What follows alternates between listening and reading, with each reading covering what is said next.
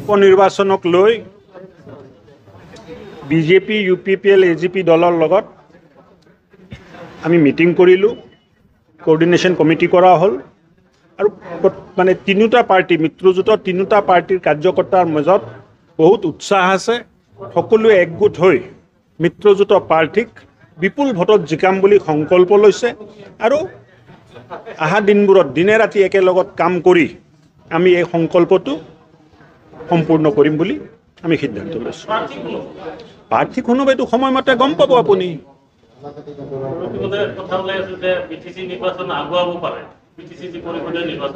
দাদা এতিয়া আজি মোৰ এজেণ্ডাত আছিলে চিডলি উপনিৰ্বাচন আৰু গোটেই 3 ঘণ্টা জোৰা মিটিং চিডলি উপনিৰ্বাচনক লৈ চলিলে। আপোনাৰ তাত যদি কিবা বেলেগকৈ খবৰ আছে মই ক'ব নোৱাৰিম, মোৰ তাত তেনেকুৱা কোনো খবৰ নাই।